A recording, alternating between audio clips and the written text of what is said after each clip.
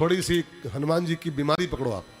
लक्ष्मण जी तो बीमार ही हैं, पड़े ही हैं, लेकिन हनुमान जी भी थोड़ा थोड़ा बीमार यहाँ पर हो गए, उनको भी रोग पकड़ लिया, हनुमान जी को भी।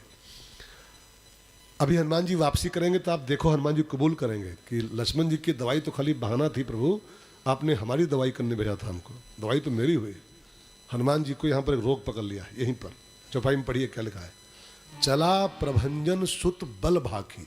अरे चिंता न करिएगा, मैं अभी सब ले, मैं जानते हो मैं अभी लेके सब आता हूँ। अब उनको क्या घमंड हो गया, हनुमान जी को लिखा नहीं है लेकिन ये बीमारी है, बल भाखी का अर्थ बीमारी, बीमारी, बीमार हो गए इंटरनल हो हनुमान जी खुद है।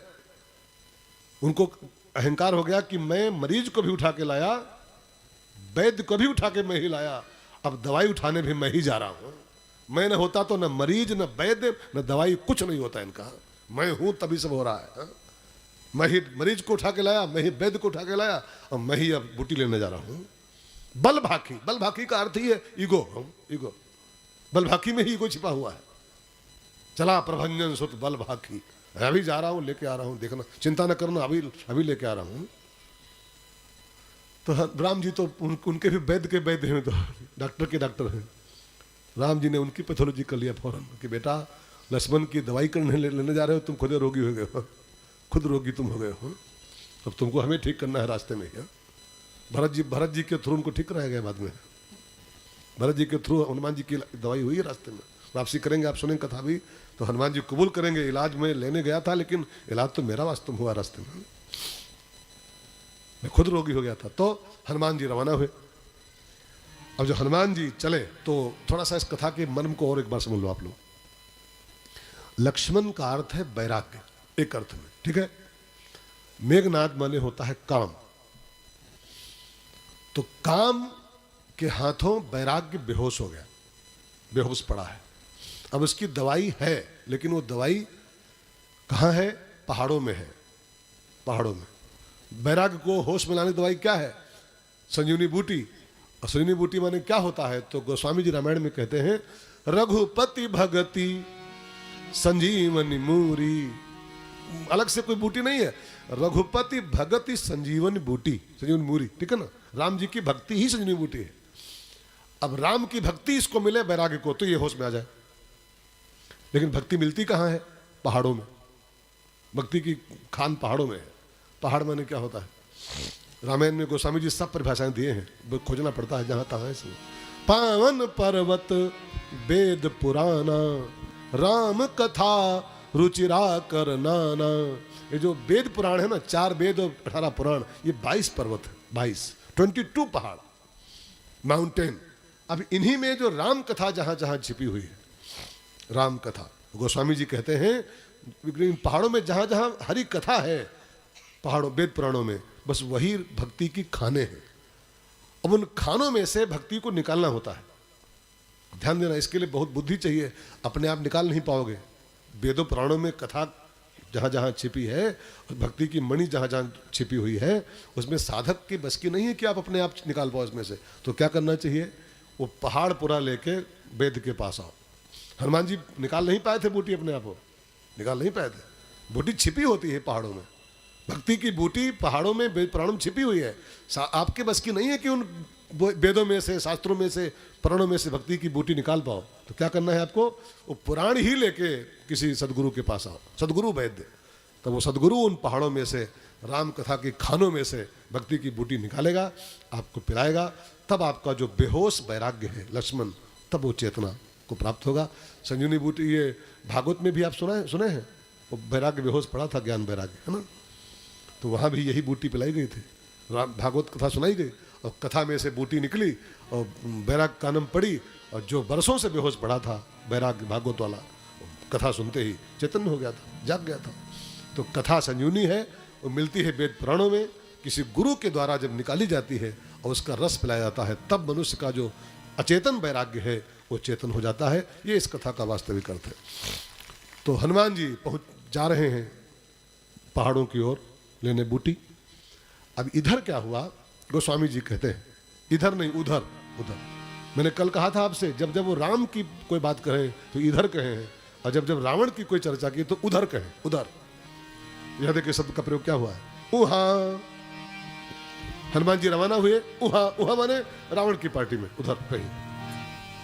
उहा दूत एक मरम जनावा, उहा दूत एक मरम जनावा, रावण काल नेमि ग्रह आवा, रावण काल नेमि ग्रह आवा,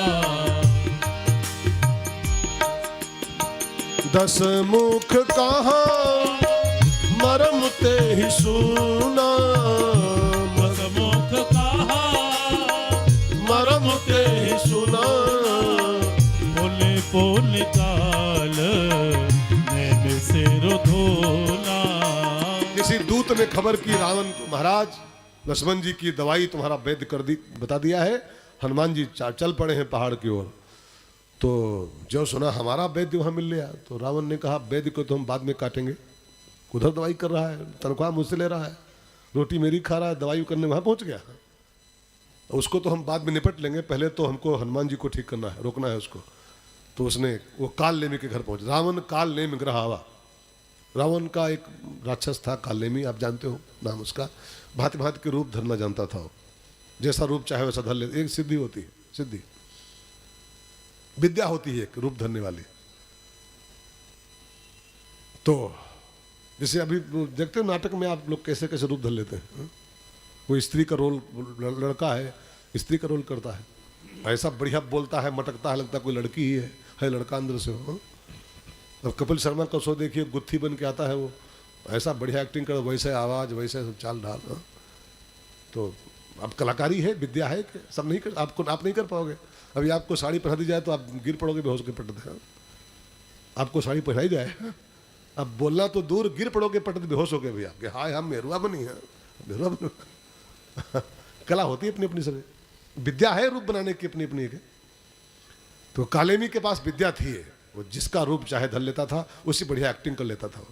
तो रावण काल नेमि ग्रह आवा, और पूरी कहानी उसको सुनाई कि हनुमान जी को तुझे रोकना है, जा। हनुमान जी जा रहे हैं तो उसको किसी बहाने से उसको रोक, उनका समय वेस्ट कर।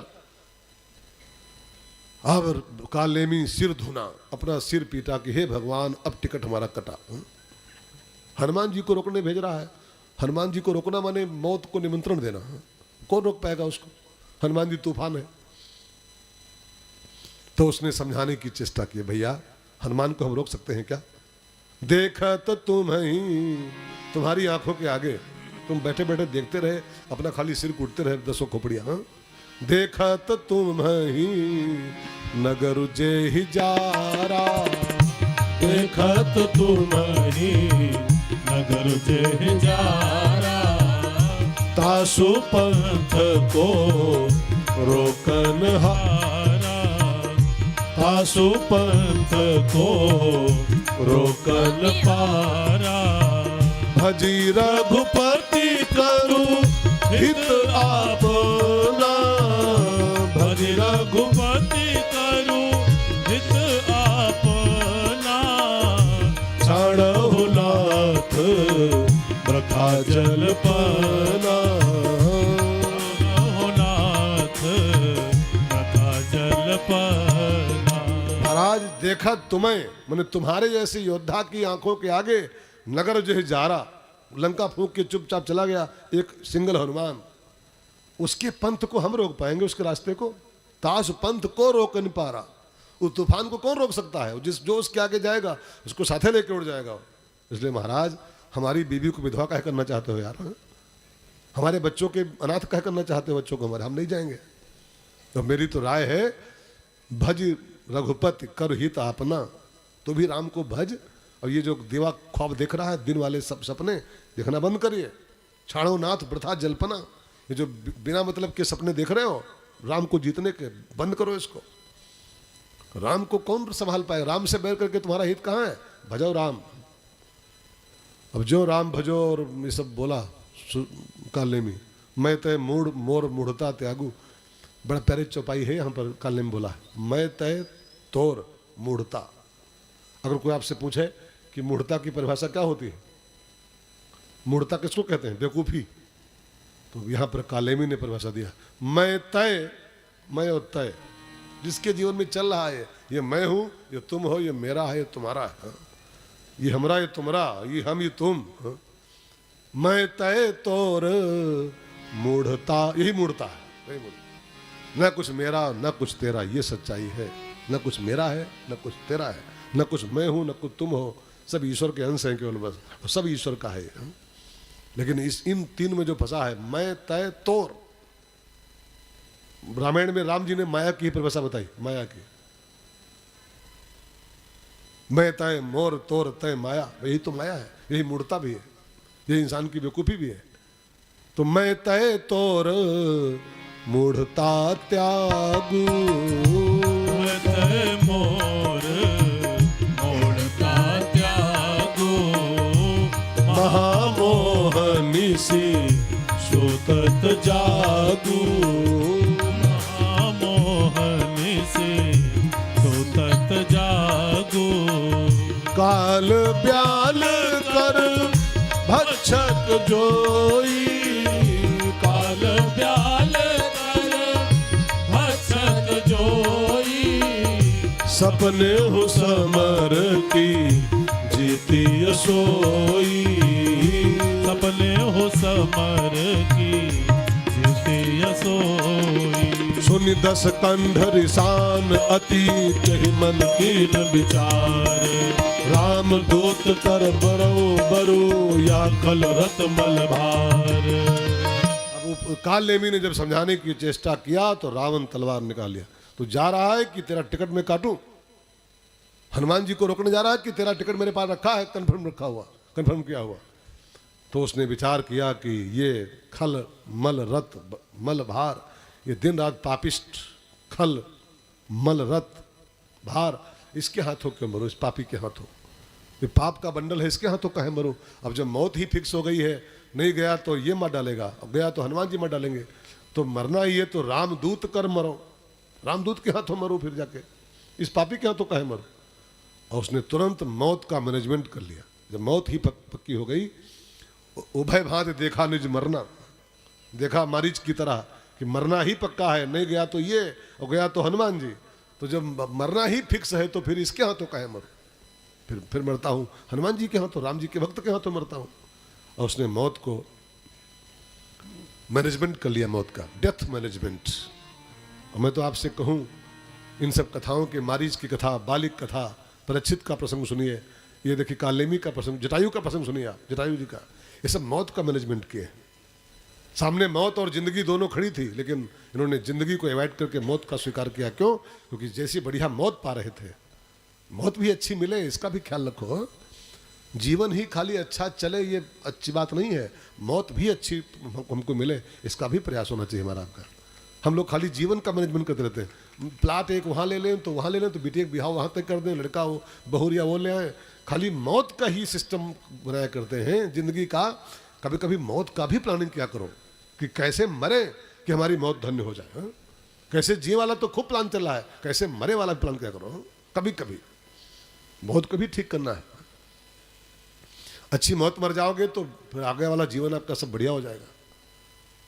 संतों ने कहा है, मरो तो ऐसा मरो कि इस संसार में दोबारा आना ना पड़े, ऐसा बढ़िया मौत मरो कि इस संसार में फिर दोबारा किसी माँ के पेट में आना ही ना पड़े हमको आपको।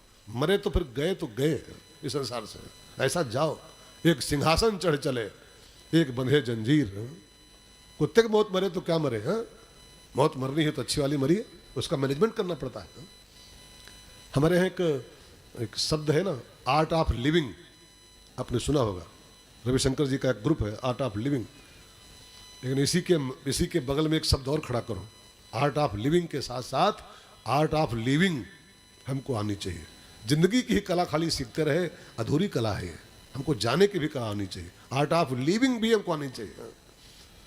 भीष्म पितामह का जीवन पढ़िए, जिंदगी उसकी बहुत अच्छी नहीं रही भीष्म पितामह की, जिंदगी भर भगवान से विरोध में रहा हो। भीष्म पितामह का पूरा होल लाइफ भगवान को जानते हुए भी कि ठाकुर जी हमारे भगवान है ही है, लेकिन ताम्र विरोधी रहा भगवान का, विरोधी पक्ष में खड़ा है मरते समय भी। पूरा जीवन ठाकुर जी के विरोध में जिया आदमी है, लेकिन फिर भी मौत मैनेजमेंट कर लिया और मौत को बढ़िया बना लिया कि जब मेरा सांवरा निकट हो तब प्राण तन से निकले। हाँ? और बस मौत को बढ़िया बना लिया। जिंदगी भर भगवान का विरोधी होने के बाद भी मौत बढ़िया उसकी हो गई। तर गया आदमी, तर गया। कोशिश करो आप भी मौत को ठीक करो। भगवान से रोज मांगा करो वरदान कि ठाकुर जी इतना तो करना स्वामी, जब प्राण तन से निकले इतना तो करना स्वामी, जब प्राण तन से निकले, गोविंद नाम लेकर, गोविंद नाम लेकर, तब प्राण तन से निकले, इतना तो करना स्वामी।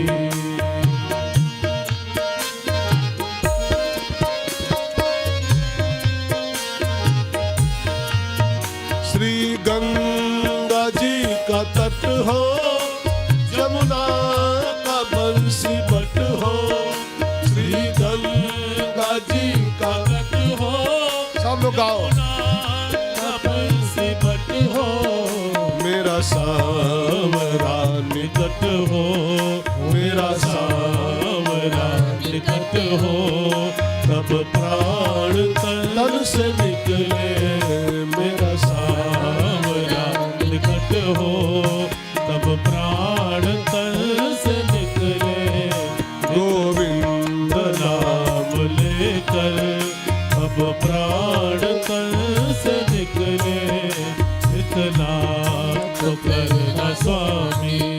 पीतांबरी कसी हो, छवि मन में ये बसी हो, पीतांबरी कसी हो, छवि मन में ये बसी हो, होठों पे कुछ हंसी हो, होठों पे कुछ हंसी हो, तब प्राण तन से निकले, इतना तो करना स्वामी, जब प्राण तन से निकले, गोविंद नाम लेकर, तब प्राण तन से निकले, उस वक्त जल्दी आना, नहीं नाथ भूल जाना, उस वक्त जल्दी आना, नहीं नाथ भूल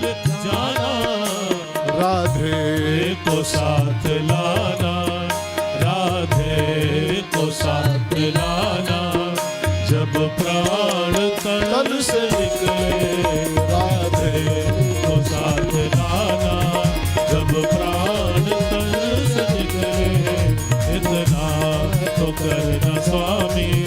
एक भक्त की है अर्जी, खुद गर्ज की है गर्जी, एक भक्त की है अर्जी, खुद गर्ज की है गर्जी, आगे तुम्हारी मर्जी, आगे तुम्हारी मर्जी, जब प्राण तन से निकले, आगे तुम्हारी मर्जी, जब प्राण तन से निकले, इतना तो करना स्वामी, जब प्राण तन से निकले, इतना तो करना स्वामी।